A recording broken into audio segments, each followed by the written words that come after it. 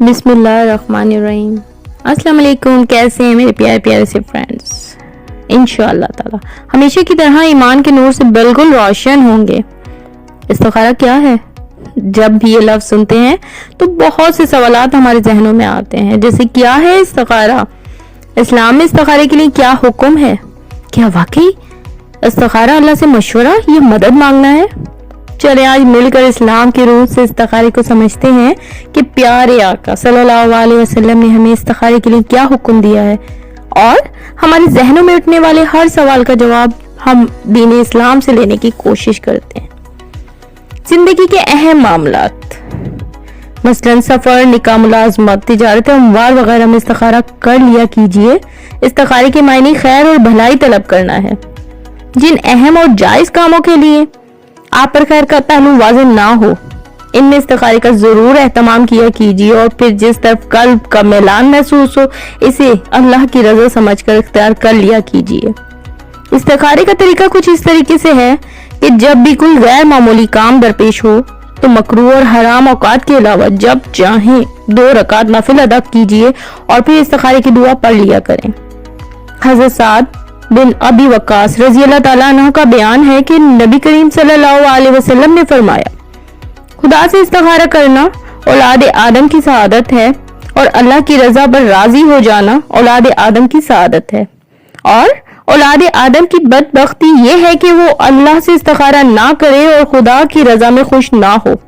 इसी tariके से मजीद आपको बताऊं तो नबी करीम सल्लल्लाहु अलैहि वसल्लम ने फरमाया, इस्तिखारा करने वाला कभी नामुराद नहीं होता और मशवरा करने वाला कभी नादिम नहीं होता और किफायत से काम लेने वाला भी कभी किसी का मोहताज नहीं होता। बुखारी शरीफ में है, हजरत जाबिर रज़ी अल्लाह ताला अन्हु का बयान है कि नबी करीम सल्लल्लाहु अलैहि वसल्लम जिस तरह हमें कुरान पढ़ाया करते थे इसी तरह हर काम में इस्तिखारे के लिए भी तालीम दिया करते थे। नबी करीम सल्लल्लाहु अलैहि वसल्लम फरमाते थे, जब तुम में से किसी अहम मामले में कोई फिक्रमंद हो तो 2 रकात नफिल पढ़ लिया करे और फिर ये दुआ कर लिया करे। तर्जुमा कुछ इस तरीके से है कि खुदाया मैं